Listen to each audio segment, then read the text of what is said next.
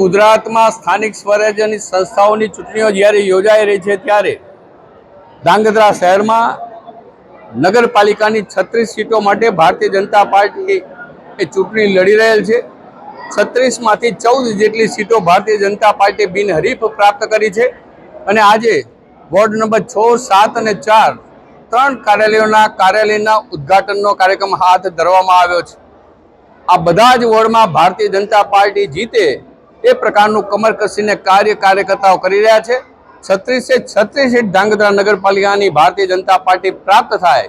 ગયા વખતે એક સીટ ગઈ હતી, એ પણ આ વખતે કબજે કરીને 36 સીટો સાથે ભારતીય જનતા પાર્ટી ધાંગધ્રા નગરપાલિકામાં પુનઃ શાસન પ્રાપ્ત કરવાની છે।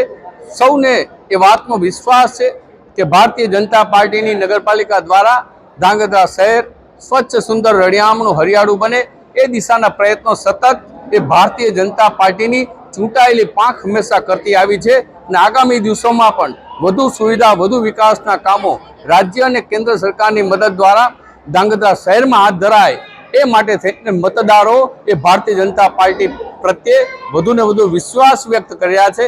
આપ સૌ મતદારોને મારી અપીલ છે કે 26 તારીખે વધુને વધુ મતદાન કરો, કમળ ઉપર મતદાન કરો, ભારતીય જનતા પાર્ટીને વિજય બનાવો અને આગામી દિવસોમાં ધાંગધ્રા નગરપાલિકાના વિકાસને નવી ક્ષમતા, નવી ઊંચાઈઓ સુધી આપણે સૌ સાથે મળીને લઈ જઈએ।